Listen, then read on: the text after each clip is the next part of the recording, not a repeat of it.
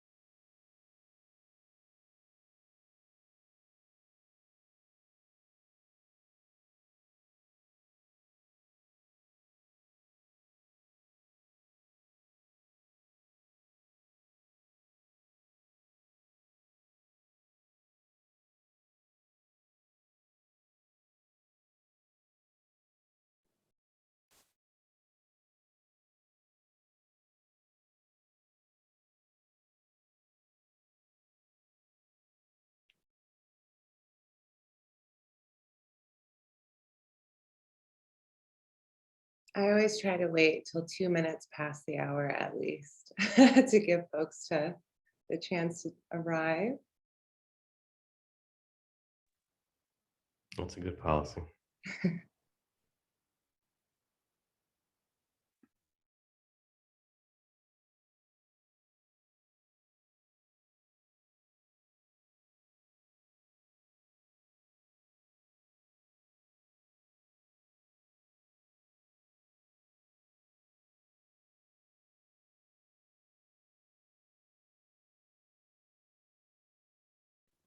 All right, so if I may begin, good afternoon, everyone, and welcome.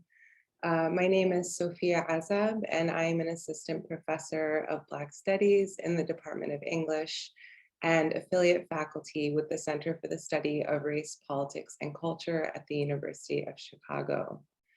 Before we begin this discussion today with our guests, who I will introduce shortly, I would like to thank the CSRPC and Interim Director C. Riley Snorton, Marilyn D. Willis, Tracy Matthews, and Jacqueline Gaines for supporting and facilitating this speaker series alongside the More Than Diversity Campaign's Departmentalization Committee, of which I am also a member.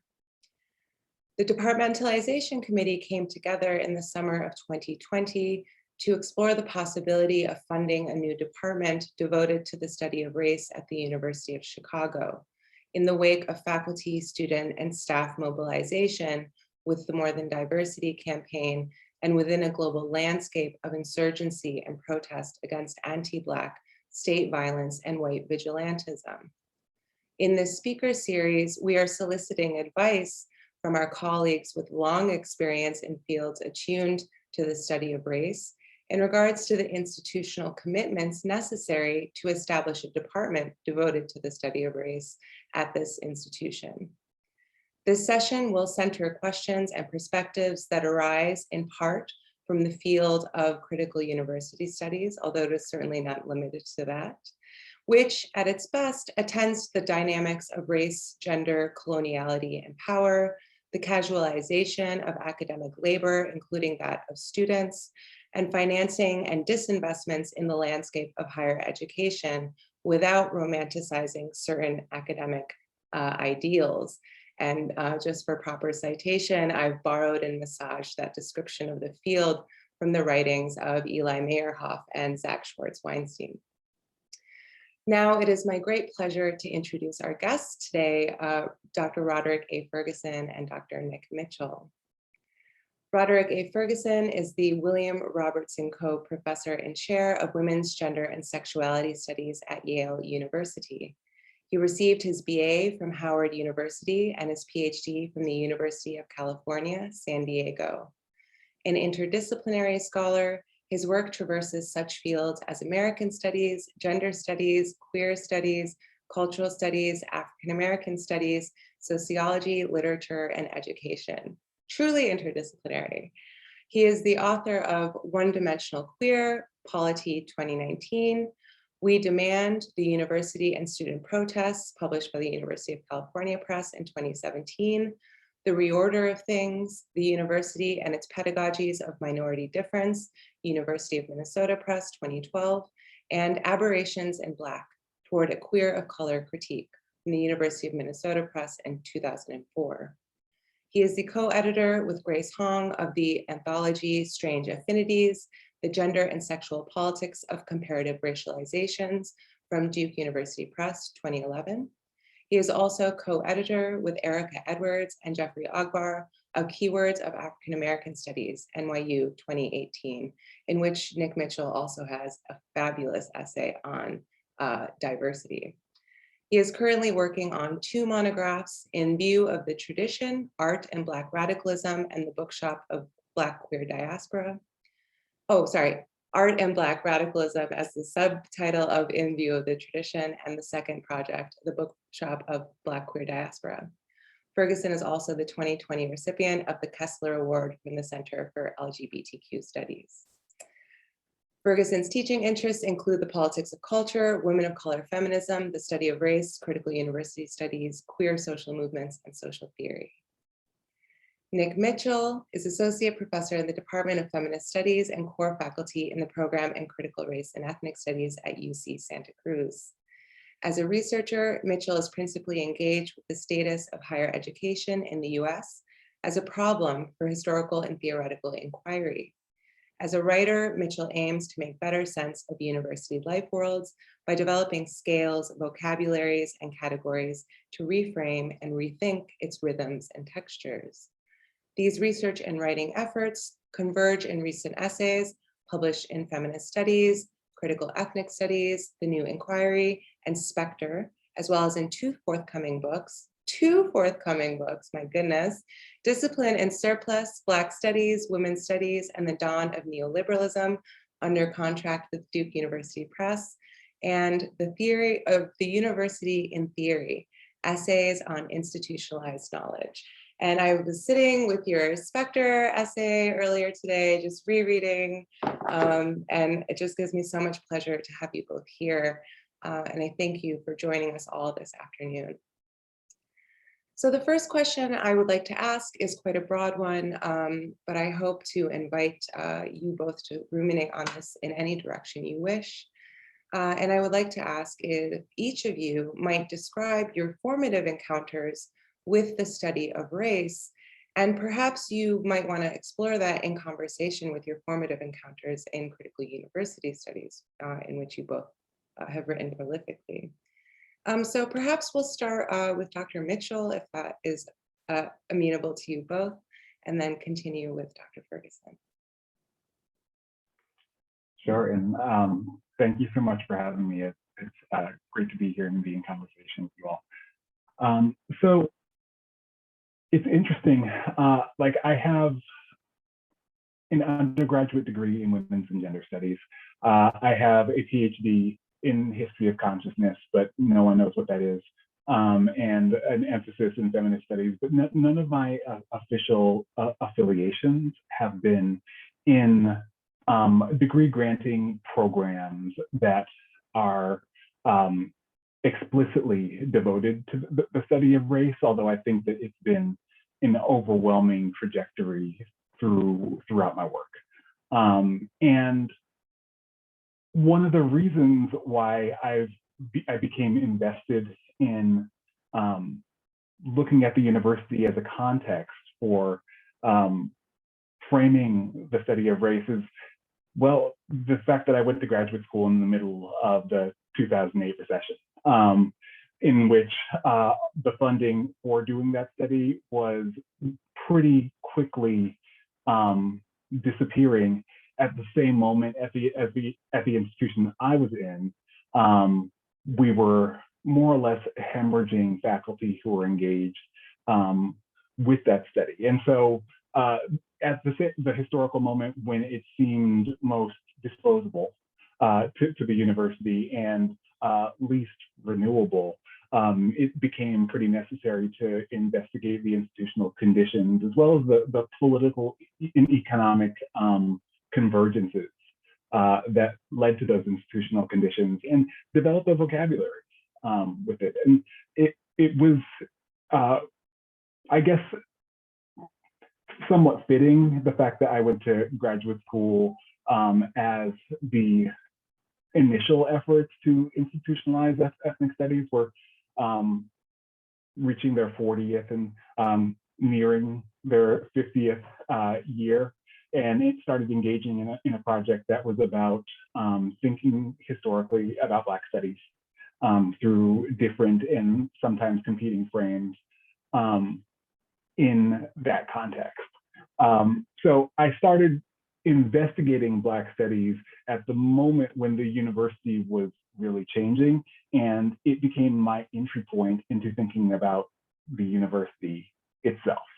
And I think that that's really useful because the history of Black studies, of course, occurs in a moment of major transition in the form and function of the university. In 1960, there were about 3.5 million people enrolled in universities. In 1970, there were about 8 million. So the entire institutional capacity is more than doubling in the course of a decade. And the demographic organization of the institution is radically shifting. And with student demand for Black studies, what's being asked for is a differently organized form of university. And I think that that's really important to keep in mind when we're talking about new efforts to institutionalize the study of race, is that oftentimes the form of the demand is, it's a way of organizing what you can ask for when what is desired can't always be expressed in a form that that it's imagined that the institution can deliver on. And so the institutional form carries so much surplus desire that it's cathected in a certain kind of way, and it's attachment forming in a certain kind of way. And I think if you follow Robin Wiegand's thinking on how we relate to these enterprises, it's almost always capable of disappointing. It almost promises disappointment in some ways. And so I think that the mismatch of what we imagine practically and what's invested in the practicality of this imagination, and that the way that it overruns is always important, and an important context to reflect on. But in terms of thinking about the history of Black studies, the thing that I had to deal with most intensely was the fact that the first institutionalizing efforts for Black studies within the first decade of their existence almost all folded in one way, shape, or form. In 1970, there were about 500 active Black studies formation. By the end of the decade, that had dwindled to about 200. And so the understanding that Black studies was not built to last. Ethnic studies was not built to last, and it wasn't built to last partly because of the very crisis that brought it into being, which both demanded that universities respond, but also led to a conservative university response that was almost entirely invested in soft money, which made the institutional life of Black studies immediately unsustainable, even as it was achieved. And so just understanding that creating university infrastructure in response to demands is not creating university infrastructure over time. And how to balance the differing investments of different stakeholders is a constant theme and question for consideration in my work. And so like that's kind of just a big overview of some of the questions that enliven me. But I think the one thing to kind of use as a takeaway for this is just understanding that when we're talking about institutionalizing the study of race, we're talking about the function of the university in some really fundamental ways. And if we don't attend to the intersection of those, I think we're potentially missing a big part of what's at stake. Thanks. Thank you, Nick. Rod, I mean, there's already so much there, but Rod, I would love if you would like to respond to the same question. Sure. First, thanks so much for having me. It's great to be in this company. For me, my first encounters with the study of race really began at Howard when I was an undergrad, and my first year at Howard was 1990, and it was the moment of the sort of national discussion around Afrocentrism. And so that's partly what I was entering at that moment. And, there were large debates on Howard's campus around, the nature and direction of Afrocentrism. Some people agreeing, some people disagreeing, but at the foundation was an engagement, whether you agreed or not, with Black intellectual history and Black intellectual culture production, that took place in all of the courses. And, or most of the courses, I would say, so for instance, my honors philosophy course that I took my second year began with Plato, but it ended with bell hooks, you know? And, and I remember there was a speaker series that the then Vice President Joyce Ladner of Tomorrow's Tomorrow, the Black Woman, and the anthology, The Death of White Sociology, but even before that, she and her sister, the Ladner sisters, the famous civil rights activists from Mississippi, Ladner put together a speaker series of Black intellectuals. And so that was my maybe sophomore, junior year. And some of the people that came through were like Margaret Walker Alexander before she died, the poem For My People, the novel Jubilee, Malifia Sante, one of the founders of Afrocentrism, Tonike Bambara before she died. Who else? Ngugi wa Thiong'o, as well. And so the study of race, as the study of Black social formations was all around me at Howard.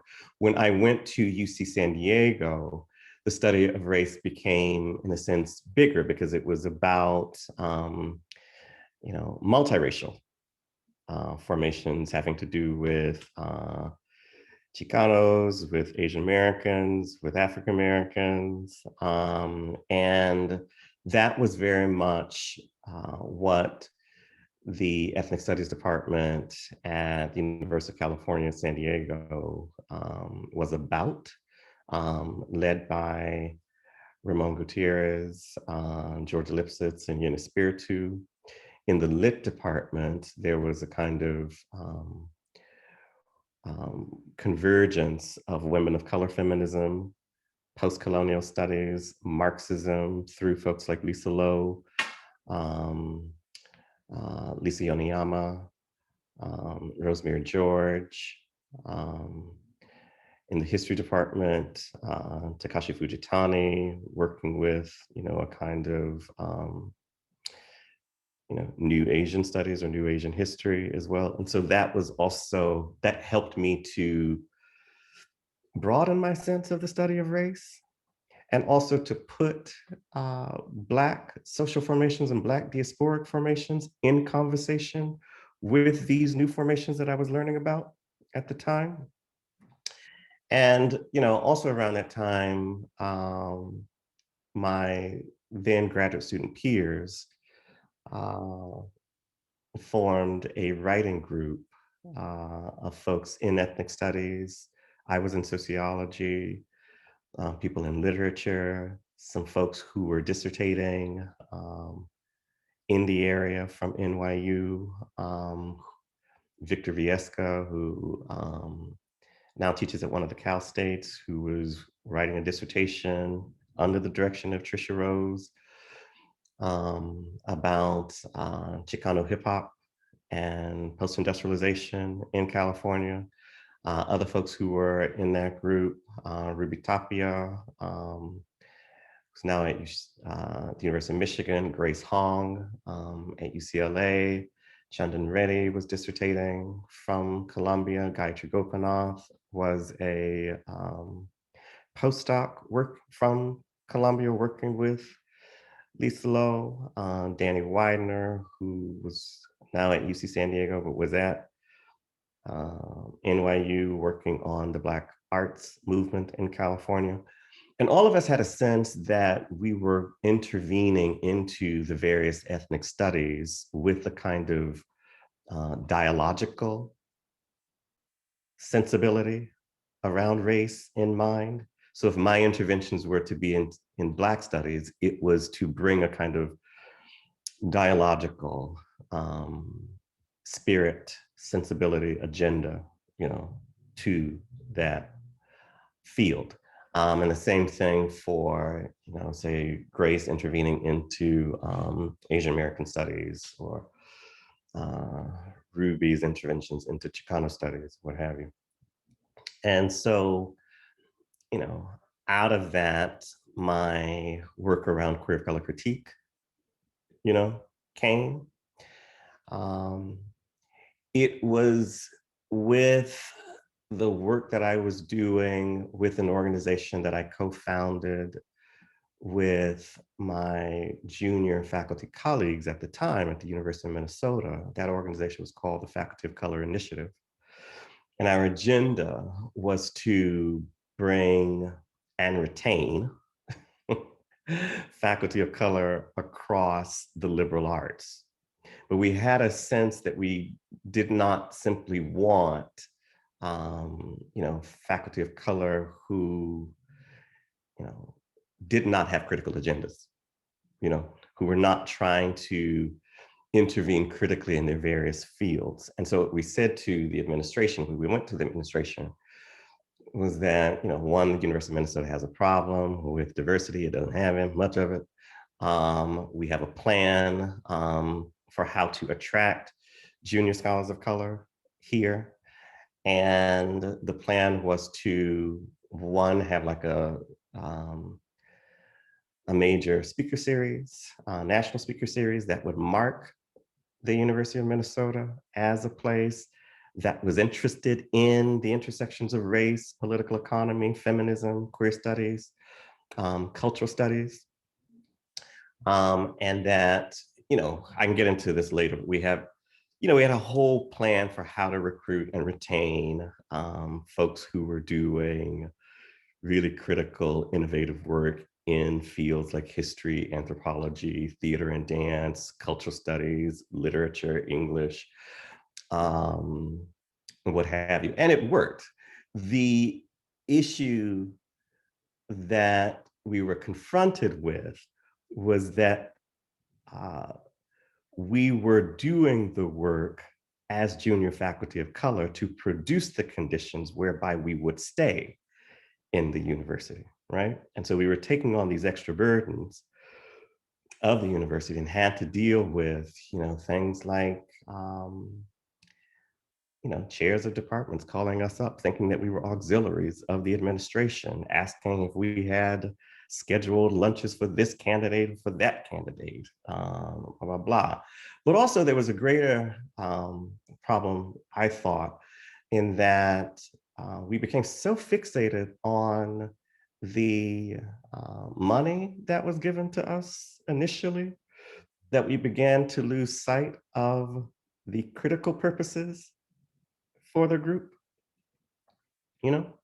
that we began with the vision that we would be there to attend each other's courses, read each other's work, help develop each other as intellectuals.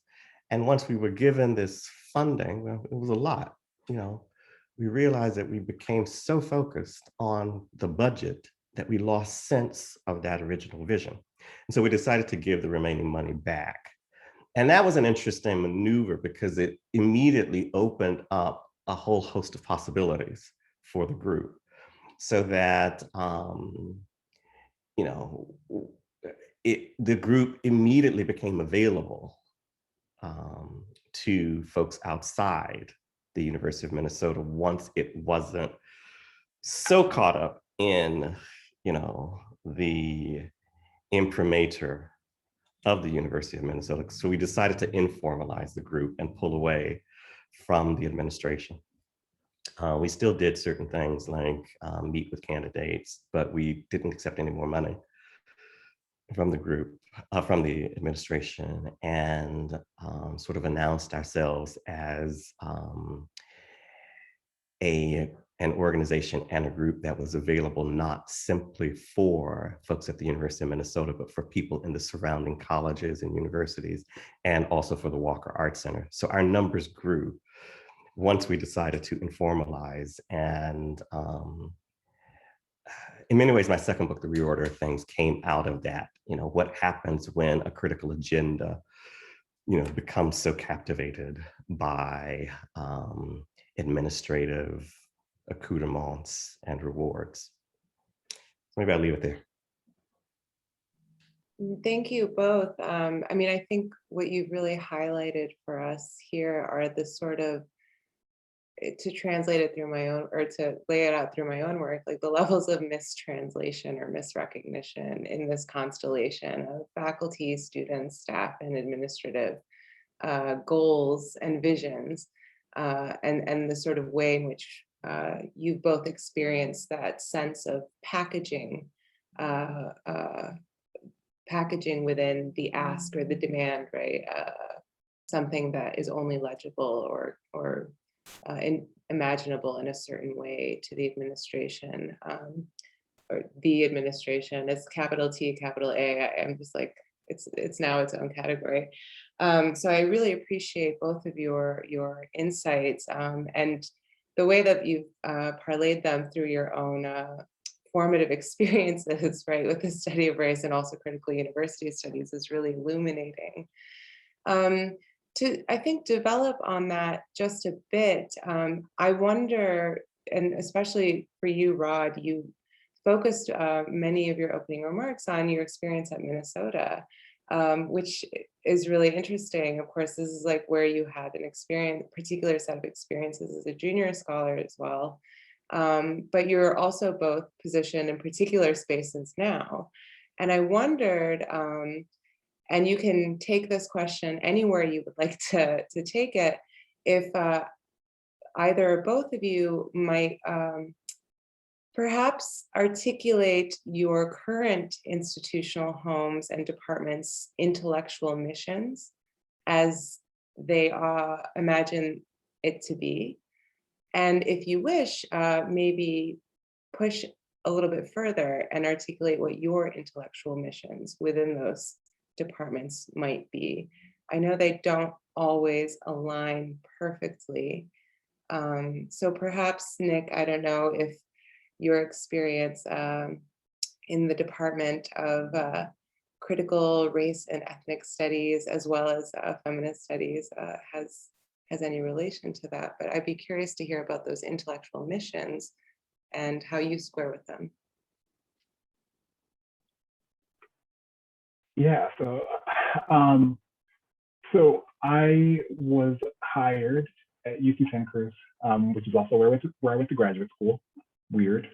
In 2015, and I was the first person hired in the Critical Race and Ethnic Studies program. And so Critical Race and Ethnic Studies right now is still a program, but we are in the process and are expecting by July 1st to be a department. This was not necessarily the guaranteed trajectory, but when I started in 2015, the program was 1 year old. The major was 1 year old. We had 7 majors. Now we have 100 something, around 150. So in the span of 6 years, the growth has been pretty considerable. And just to place that in context, in the humanities at UC Santa Cruz, majors are pretty much across the board. are declining. And so in CREST, Critical Race and Ethnic Studies, our majors growth has been really a distinct trend. And it's been met with a lot of different, both enthusiasm and like a certain degree of skepticism, for sure. So, I mean, I think one thing to say is that I am not necessarily I'm not necessarily a hardliner that an institutional project needs to be driven by a very formalized intellectual mission.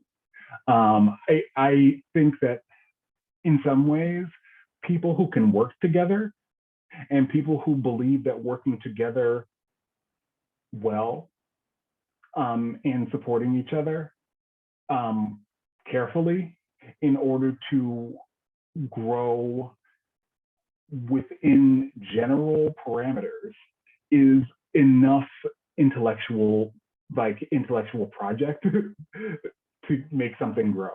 And I think that that's really important because the idea that legitimate projects have this kind of core, very formalized, it's almost like, you know,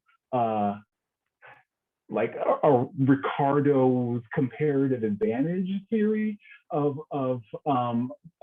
intellectual formation, that it has to be distinguished against what other people are doing in order to kind of like provide its distinction. That sort of value theory oftentimes means that the very practices that you need to generate in order to have something live in practice within the university don't necessarily get prioritized. And so the way that I've oftentimes expressed the way that we work is that there's a imagination of collective coherence that this intellectual project theory of program building relies on, and that everything becomes coherent based on having this kind of core intellectual mission. That doesn't really map on the history of ethnic studies, and I think that ours is a coalitional. It's a coalitional theory of ethnic studies with certain priorities in common, and I think more than anything, people who are committed to work with each other and to continue showing up because they believe in the project and they support each other's work, even though we don't do the same thing. And so I think that is kind of the practical theory of the way that we come together. I will say that like the idea that I had in coming in was that I wanted to build an ethnic studies formation that the critical engagement with racial capitalism was at the center. And that was the basic building block for thinking about how we organize the curriculum, what we prioritize in the introduction class, how the relationship between the big undergraduate intro class and the upper division toolkit classes got articulated, and then how where people ended up in the senior capstone class in traveling through the curriculum. So, but I thought that was a pretty broad consensus point that didn't really require a very, very refined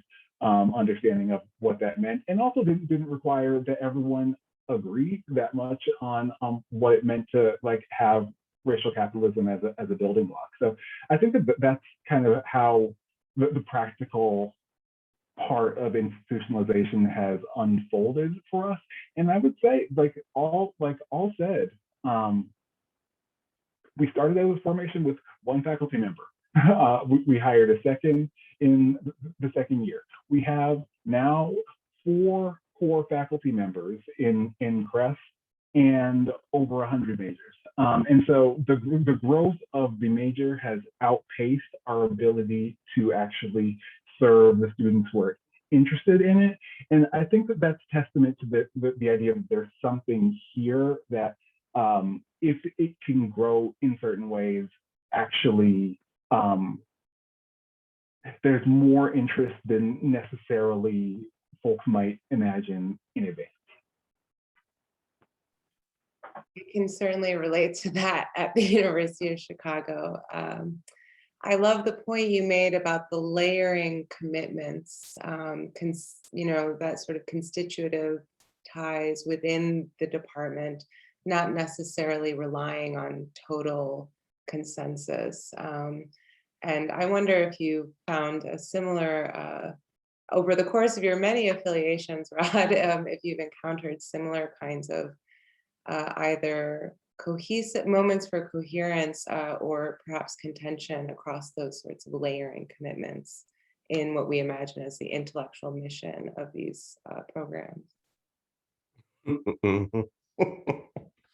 um, I'm not sure how much detail to go into with that. Um, it's funny when Nick was talking, I realized, oh, I did this version of, you know, I did the UC Santa Cruz version of this when they were talking about building Crest years ago. Okay, so yeah, I mean, okay, let's just start off with the question that you asked in terms of where I am now, the vision of the faculty. I benefited from the work that several folks did, but I should know Interpol Gruwall did at Yale in WGSS, Women's Gender Sexuality Studies, and that she really worked to try and transnationalize that department, that program. And she did. So, we hired folks who do work on the Middle East and North Africa, a person who does work on Turkey, and we're in the process of hiring, other people who represent a kind of transnational and also, um, women of color feminists, Black feminists, take on women's and gender studies. In terms of my own vision, I have tried to shape that vision in terms of my conversations with colleagues, of course, but also in conversation with the undergraduates, you know? And for me, that is one of the major lessons of the student movements and social movements of the 60s and 70s, that, you try and build a critical and, sort of progressive curriculum based on your conversations with students. And so at Yale, the conversations, what I've been hearing in terms of the needs of students, there need to be, more consistent courses in things like Black feminist theory. There need to be more consistent courses in queer and trans work. There need to be more consistent courses or in disability studies, right? And so those are the things that I'm using to, as well as Indigenous studies, that I'm using to, I could go on and on in terms of like what students need. And it seems to me that in trying to satisfy those needs, we actually produce departments and programs that are responsive to the questions that students are asking, young people are asking. We're also trying to use the curriculum to help young people locate themselves within this world, right? And how to intervene in this world, right? um, one of the things that we did when I was at Minnesota was that you know, we changed the curriculum after 911 because so many young people were asking the question of, what does this mean? Why did they do this to us? Blah, blah, blah. And so we, produced our version of post-nationalist American studies, so that it would be a way to educate young people about the history of US empire and all the places that the US has gone, right? And all the lives that it has affected in its military power, in its economic power, in its foreign policy power. And it seems to me that those are the kinds of things that a healthy department wants to do, right? It wants to help its young people figure out, you know, um, this world, and their place within it. Thank you. I so appreciate that, Rod. And something you sort of bring to mind is kind of a latent, I think, assumption that I've heard before, where fields such as Black studies, Latinx studies, even Asian American studies and Indigenous studies are thought not to be inherently transnational at their base, right? So there's always, especially Black studies, I will say, it's always right imagined to be centered in the US, and that every framework is somehow indebted or emerges from the US. I guess this would be the inverse, I don't really know how to use those terms. Accompanying that would be the assumption that then US-based Black intellectual, cultural, political life has nothing that speaks to the broader global world and societies beyond it. And it really brings to mind hearing about both of the curricular kind of responses and pedagogical focuses that you've both pursued in your respective affiliations, past and present. It really, and this is a question we're reckoning with, and it sounds like you are as well, Nick, in your department. It really brings to mind, what are the challenges, particular challenges of starting a department, right? Of founding a new department that is dedicated to the study of race now versus at other moments of the recent past. And Nick, you've gestured to the history of Black studies, adjacently Third World studies and ethnic studies, foundings also in the 60s and 70s. Rod, you gave this beautiful snapshot of your experience at Minnesota and how, and that post-National School of American Studies was hugely influential in my own graduate training. So it's like almost unnatural to think that that was never, right, a focus of the field. So I wonder if either or both of you would like to reflect on what you see as the primary challenges of starting a new department at this moment in time. And I will let you two decide between you who would like to speak first, so I don't single anyone out.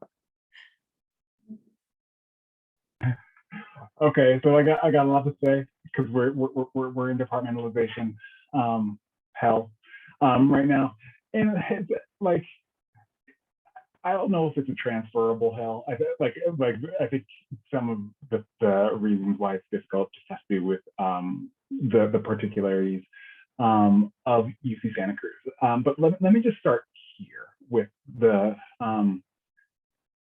advantages, the relative advantages of departmentalization now. Well, one is that we have PhD programs in ethnic studies and Black studies that are producing people who work in these fields, and that was not the case in 1968.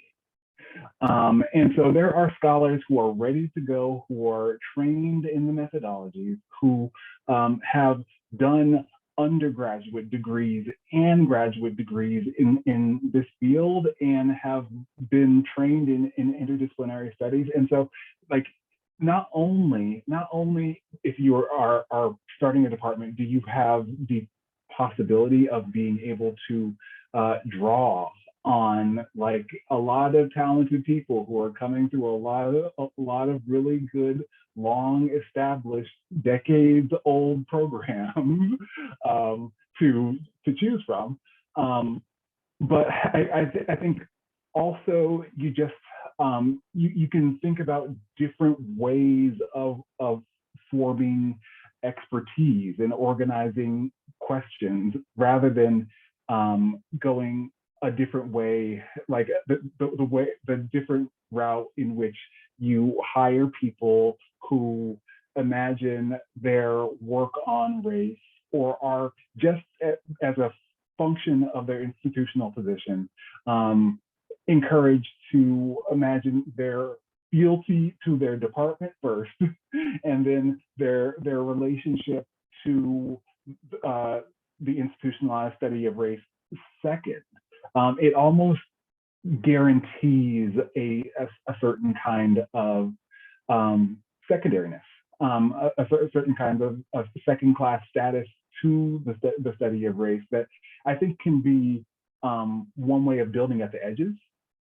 But I think that if you're departmentalizing, you have a real advantage if you're thinking about the pool of people that you want to draw on pretty dynamically. And that doesn't just have to come from people who are trained, who have a PhD, let's say, in ethnic studies from Berkeley, but people who come through institutional formations that put them in close proximity to interdisciplinary modes of study and engagement that I think are really useful for the framework that new formations can draw from. And so, like I programs like literature in San Diego, I think both as an interdisciplinary cultural studies focused literature program that has had long-standing dynamic relationships with ethnic studies and has an extensive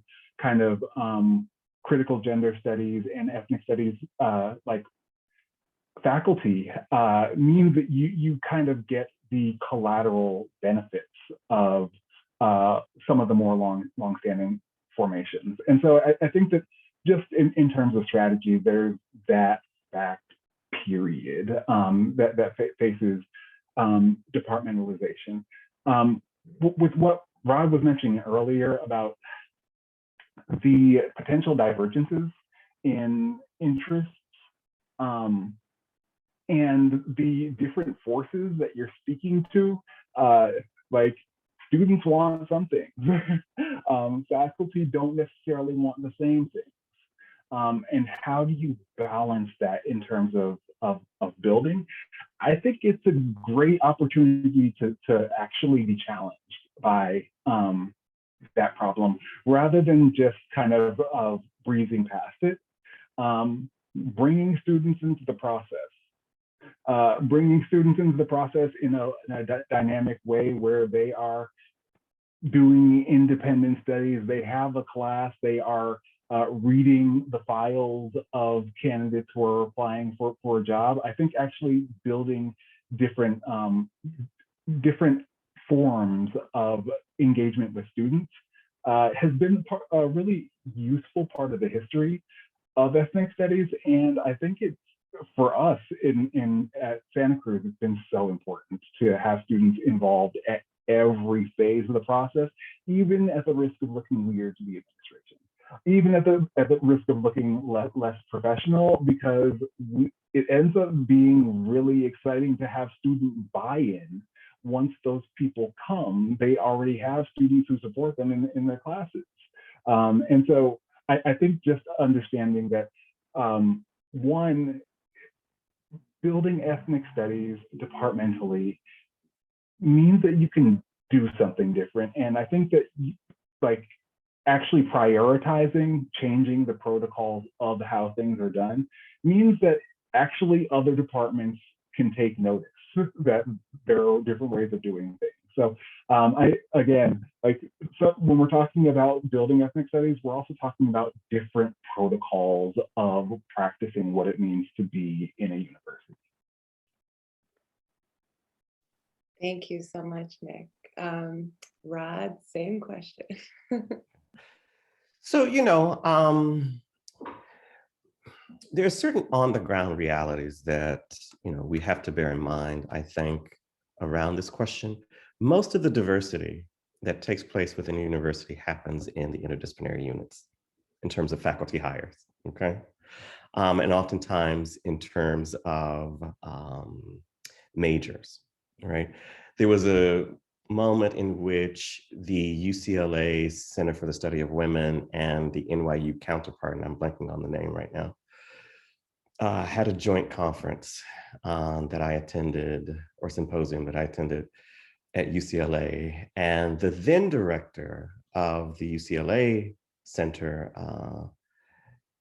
Kathleen McHugh, had a PowerPoint up, and it was where all of the women faculty, the BIPOC faculty were at UCLA, and what would happen.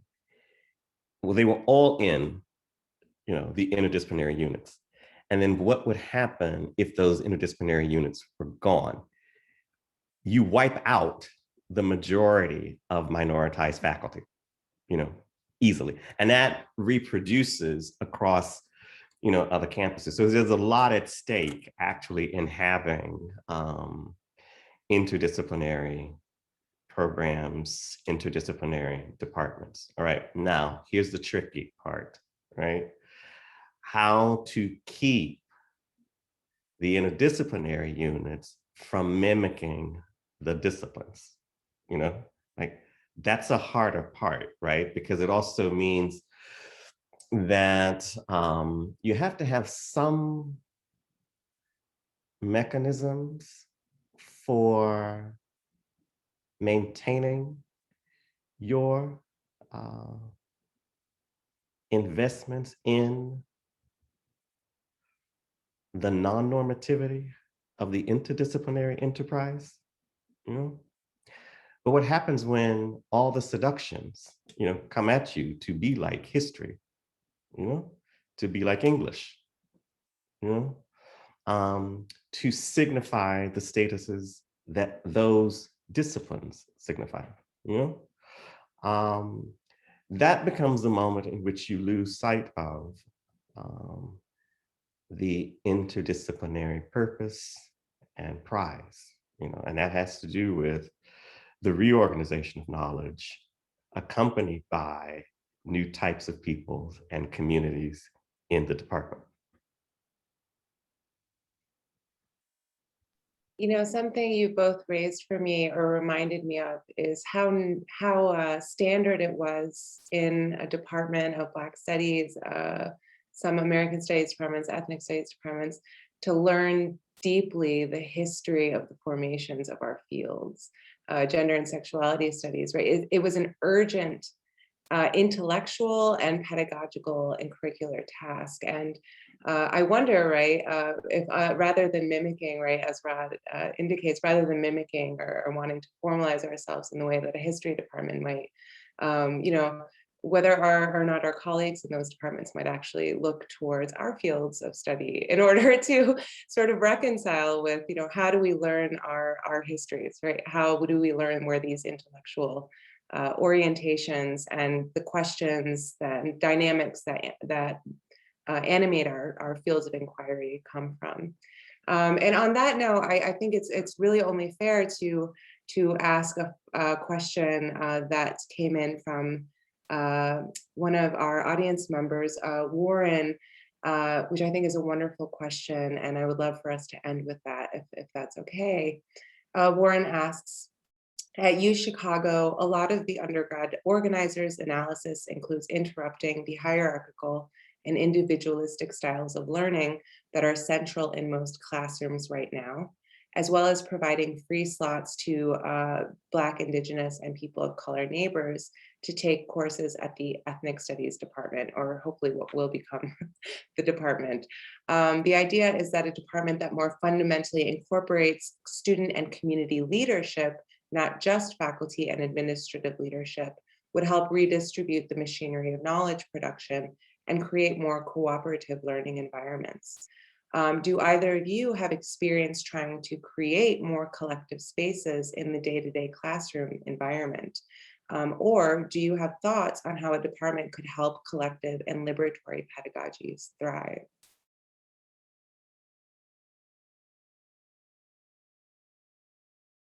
Okay, so first of all, hi Warren. I know Warren from other matters, so hello. And it's a great question. It's a really hard question.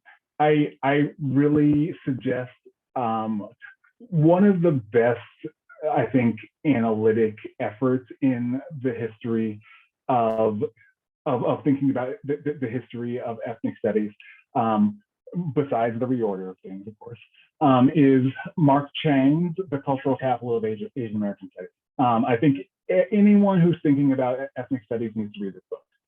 It's so important. And the frame that it thinks about, the frame it's engaged with is the different and competing ways in which the kind of inaugural struggles for ethnic studies thought about autonomy. And this is one of the reasons why it's hard. Many people who are trained in academia, you get your degree from academic institutions. Anyone who's coming in with the credentials to be a professor has been thoroughly shaped by the understanding of autonomy that is perpetuated by academic institutions, and no one is free of it. No one. This one, not free of it.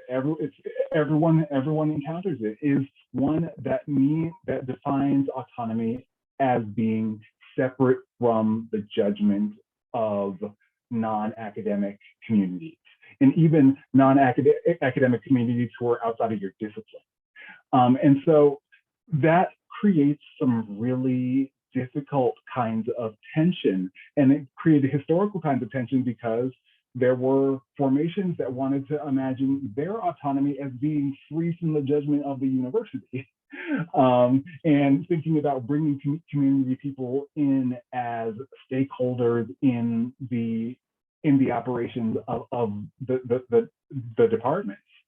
And so these kind of competing and fundamentally, I think, pretty unreconcilable understandings of autonomy really make for some tensions, especially when you're thinking about, is ethnic studies going to be more burdened than sociology, or be more burdened than English in needing to be answerable to the communities? It means that the people that you would be bringing in to be faculty and be staff in the department are going to be subject to two divergent and competing understandings of autonomy that ultimately add up to a really intense labor demand on your faculty. And so I think the question's important. I think the question is really, really valid. And I think that in practice, the question is really hard to live in. And it's hard to live in a way the people who are subject to it, which are going to be disproportionately Black, Indigenous, and people of color, are going to now have all of these competing and divergent work demands that their disproportionately not Black, Indigenous, and people of color colleagues are going to be not going to have to answer to. And so I think that the idea is great. I think the practice is really, really difficult to shift. And if it's going to happen, it's going to need to be coupled with a very different set of university criteria of what constitutes success in that world. Okay, so I'll go really quickly because I know we're about to run out of time. Yes, Sophia? All right. So really important question, really difficult to do it. For instance, it's an opportunity for us to go back to those histories of of the student movement and the early founding of the interdisciplinary fields, especially ethnic studies, because this was part of the vision. And it was also part of the enactment. In Minneapolis, for instance, there was a tradition after the student protests at the University of Minnesota to produce what were called communiversities, spaces of learning outside of the university, that those were real. When I was a grad student at UC San Diego, one of the brilliant librarians at the Malcolm X Library in Southeast San Diego, Mark Cherry, put together this year-long film series around Black filmmakers. And he had those of us from UCSD present and lead discussions with community folks around that. So I led a discussion on the film Black Nations, Queer Nations in Southeast San Diego, okay? So like those kinds of things are really, really important. Right now, I do a lot of work with a nonprofit that's housed on Yale's campus, but is not formally affiliated with Yale, even though it bears the name. Anyway, it's called the Yale Prison Education Initiative. So I teach courses at a prison an hour away from here, men's prison called McDougall Walker. And I've taught a Black feminist theory class there, a critical university studies class there, and teaching racial capitalism and Black radical traditions course there. Those are the types of things that I think departments of ethnic studies need to do. And then we can figure out the labor stuff after that, after we've signed on, okay? Thank you so much, Nick and Rod, for your generous responses to Warren's wonderful question. Thank you so much for sharing all of this incredible knowledge and these provocations with us today. I'd like to thank everyone in the audience for attending what is sadly the last event in this speaker series as part of the More Than Diversity campaign with the strong support of the CSRPC. I think Tracy Matthews is dropping some links in the chat. There's a survey that folks can take. And we look forward to hopefully seeing the U Chicago folks that are in the audience continue to advocate with us for an autonomous department devoted to the study of race, TBD on the title, apparently. And I look forward to continuing the conversation in other spaces. Thank you, Rod and Nick, so much. And thank you, everyone, for being here. Thank you. Thanks so much.